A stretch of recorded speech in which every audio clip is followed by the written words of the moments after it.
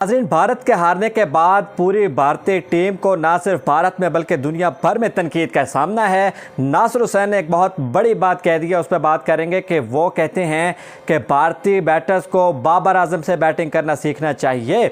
और साथ ही साथ नासिर हुसैन और रवि शास्त्री के इस मामले पर हो गई है एक झड़प, उस पर बात करेंगे। और साथ ही साथ बात करेंगे कि विक्रांत गुप्ता क्या कहते हैं भारतीय टीम के हवाले से और उन्होंने क्या बड़े मुतालबे कर दिए हैं और क्या इल्ज़ामात लगा दिए हैं। ये सारी चीज़ें आज हम इस वीडियो में देखेंगे। सबसे पहले तो नासिर हुसैन के बयान की तरफ चलते हैं। उन्होंने कहा कि भारतीय बैटर्स डर कर खेले हैं और उनको कोई आइडिया नहीं है कि पेस को खेलना कैसे चाहिए। उनको ये तक नहीं मालूम कि ड्यूक बॉल जो कि हैंडमेड होती है वो जब हिलती है, जब उसकी सीम की वजह से खेलने में प्रॉब्लम आता है तो हैंडल किस तरह करना है। और पेसर्स ने बाकायदा पूरा कंट्रोल हासिल कर लिया भारतीय बैटर्स का, जिसकी वजह से हारी है भारत की टीम। नासिर हुसैन ने कहा है कि पेस बॉलिंग को जिस तरह से खेलना चाहिए वो सबक लेना चाहिए भारतीय बैटर्स को बाबर आजम और केन विलियमसन से। इस बात के बाद पूरे भारत में बाबर आजम पर तनकीद शुरू हो गई। ये अजीब सी बात है, समझने से बाहर है हम कि ये क्या सूरत हाल हो रही है। और नासिर हुसैन पर तो खैर बहुत ज़्यादा बात हो रही है और बहुत ज़्यादा तनकीद भी हो रही है। नासिर हुसैन की इस बात को लेकर के पूरा भारतीय मीडिया उनके पीछे पड़ा है। अब एक और बात यहाँ पे आपको बताऊं कि रवि शास्त्री और नासिर हुसैन का फिर मैच पड़ गया इस वर्ल्ड कप टेस्ट चैंपियनशिप के मामले पे, जब उन्होंने 1986 के एक मैच का जो कि टाई हुआ था, दूसरा टेस्ट हिस्ट्री में टाई मैच टेस्ट, उस पर उन्होंने बात की कि रवि शास्त्री आप उस मैच में मौजूद थे तो आप क्या कहते हैं। उन्होंने थोड़ा सा उन्हें छेड़ा, जिसके बाद उन्होंने कहा कि आपकी ये बात पूरा भारत हमेशा के लिए याद रखेगा जो आपने हरकत की है। इससे पहले भी आपको याद होगा 2011 में जब नासिर हुसैन ने कहा था कि डिसग्रेसफुल है कि भारत ने पूरे मैच में, पूरे सीरीज़ में जो है कोई रिव्यू नहीं लिया, जिस पर कि रवि शास्त्री उनको काफ़ी सुना गए थे और उन्होंने कहा था कि ये एक इंतहाई अफसोसनाक बात है, एक इतना बड़ा प्लेयर ऐसी बात कैसे कर सकता है, जिस पर उन्होंने तकरीबन बात को वापस ले लिया था। लेकिन रवि शास्त्री ने कहा था कि ये बात मैं अभी इस पर कायम हूँ कि डिसग्रेसफुल वाले रिमार्क्स ख़राब थे। हरभजन सिंह को आउट दे दिया गया था, बहुत बड़ा एज था, रिव्यू नहीं लिया गया था, जिसके बाद उन्होंने तनकीद की थी। और नासिर हुसैन का तनकीद करना आपको पता है कि भारत में पहले भी महंगा पड़ चुका है और उनके कुछ रिमार्क्स भारत के हवाले से काफ़ी दिलों को जो है वो ठेस पहुँचा चुके हैं। लेकिन इस बार नासिर हुसैन ने जो बात की है उसमें कोई शक नहीं है, कोई दो राय नहीं है। भारतीय बैटर्स को और भारतीय टीम को इस बात को देखना चाहिए और सोचना भी चाहिए। विक्रांत गुप्ता क्या कहते हैं? विक्रांत गुप्ता कहते हैं कि अगर ऑस्ट्रेलिया की टीम 7:30 बजे और 8 बजे आके नेट प्रैक्टिस शुरू कर देती है तो भारत के प्लेयर्स को क्या इतने रेस्ट की ज़रूरत है? आप इतना उन्हें खिलाते क्यों हैं? इतने बड़े नाम पैदा ही क्यों करते हैं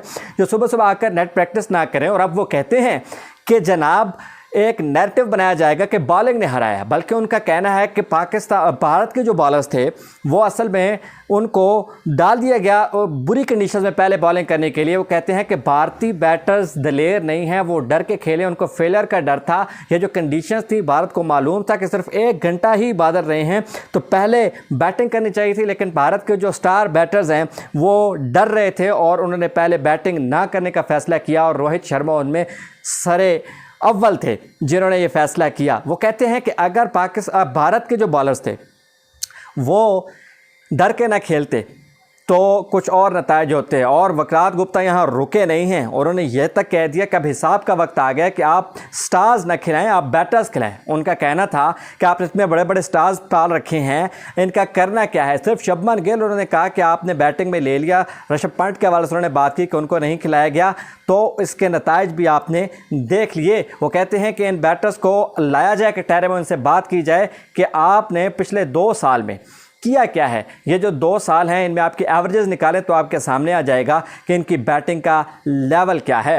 विक्रांत गुप्ता कहते हैं कि भारत अब कोच के हवाले से बहुत ज़्यादा ख्याल करना होगा, क्योंकि उनका कहना है कि भारतीय जो कोच होता है वो भारतीय BCCI बोर्ड को, भारत का कुछ बोर्ड है क्रिकेट का, उसको खुश करने पे लगा रहता है, उसकी चलती नहीं है। क्योंकि एक स्टार बैटर को कुछ कहना भारत की टीम में, उन्होंने कहा कि एक ऐसा होता है जैसे आपने कोई बहुत बड़ी बात कर दी और आपको फिर इसके नताइज भी भुगतना पड़ते हैं।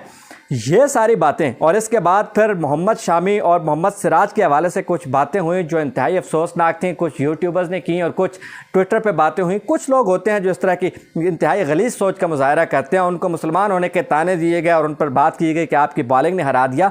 भाई उनकी बॉलिंग ने कैसे हराया आपको? आप उनकी सीम बॉलिंग देखें, मोहम्मद सिराज की बॉलिंग स्पेशली देखें, तो इससे ज़्यादा वो क्या कर सकते थे? आप तो बहुत बड़ी बैटिंग माइट हैं, आपके बड़े बैटिंग वाइट तो है नहीं दुनिया में, आपके पास बहुत बड़े बड़े स्टार्स हैं, तो आप उनसे जवाब लें कि उन्होंने क्या किया है और क्यों पहले उन्होंने बैटिंग नहीं की। ये इन तरह से फिर पाकिस्तान से एक इंतहाई अफसोसनाक बात सामने आई है। इरफान पठान ने ट्वीट किया कि जो पड़ोसी लोग हैं, जो यानी कि पाकिस्तान के लोग हैं, उनकी तरफ से उनको कुछ ट्वीट्स मौसूल, कुछ नहीं, उन्होंने कहा कि बेशुमार ट्वीट्स मौसूल हुए और उनकी बड़ी क्लास दी जा रही है। ये भी अफसोसनाक बात है, ये नहीं होना चाहिए। इरफान पठान गो के इंतहाई नामुनासिब बातें कर जाते हैं, लेकिन अब जब इंडिया हार गया है तो इस पर आपको मेरिट पे बात ज़रूर करनी चाहिए। ऐसी बात नहीं करनी चाहिए कि जिससे उनकी दिल आज़ारी हो। फिर रोहित शर्मा का एक बयान बहुत ही अजीब और बहुत ही आप उसको कहें कि अफसोसनाक बयान था। वो कहते हैं कि एक मैच कैसे डिसाइड कर सकता है कि कौन चैंपियन होगा, इसमें 3-3 मैचेस होने चाहिए, जिस पर पैट कमिंस का अब आ गया है जवाब, उनका आ गया तबसरा। वो कहते हैं कि पैट कमिंस का कहना है कि अब आपने ओलंपिक्स देखे, ओलंपिक्स में सिर्फ एक गेम होती है, एक दौड़ होती है और उस पर आपको गोल्ड मेडल मिलता है। आप तो 50-50 मैचेस की सीरीज़ भी खेलते हैं और आपके पास इतने मौके होते हैं, तो हर चीज़ आईपीएल के मामले पे ना लेके जाया करें। उस तरह की चीज़ें नहीं चल सकती। आप इसको एक्सेप्ट करें कि आप हार गए हैं और ग्रेसफुली इसको एक्सेप्ट करना चाहिए। रोहित शर्मा के इस बयान से यहाँ पाकिस्तान में, ऑस्ट्रेलिया में ओवरऑल जो बात चल रही है, उसने वाकई उन पर उंगलियाँ उठा दी हैं कि वो अब घबरा चुके हैं, तिल मिला रहे हैं।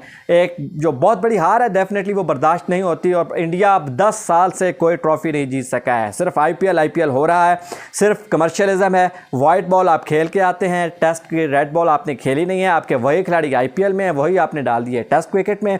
फिर आपको जब बॉल खेलती हुई महसूस होती है और फिर जब आप इंग्लैंड जैसी ओवल जैसी विकेट पे आते हैं और ड्यूक बॉल होती है और वो बॉल सीम होती है और बॉल मूव होती है, तो फिर आपकी जो बैटिंग माइट है, जो आपके बड़े बड़े नाम हैं, वो हो जाते हैं फेल। उसकी बड़ी वजह यह है कि भारत क्वालिटी के पीछे नहीं, क्वांटिटी और कमर्शियलिज्म के पीछे पड़ा है। उसने एक हवा अपनी बैटिंग माइट का, एक हवा अपने आईपीएल का और एक हवा अपनी डोमिनेंस का बना लिया है। आपका बोर्ड सारा दिन इसमें लगा रहता है किसको बाहर करना है, किससे सीरीज़ लेनी है, कितना रेवेन्यू जनरेट करना है।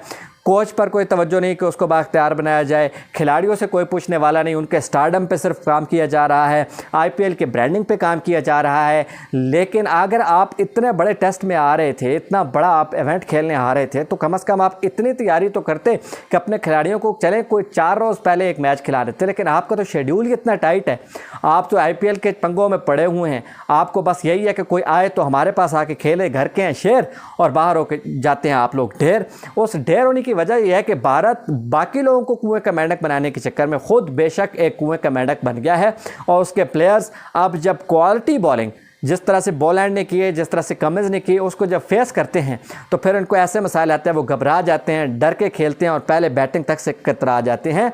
आपकी सब पे क्या राय है? क्या आप विराट गुप्ता से, नासिर हुसैन से आप इत्तेफाक करते हैं या नहीं? ज़रूर आगाह कीजिए।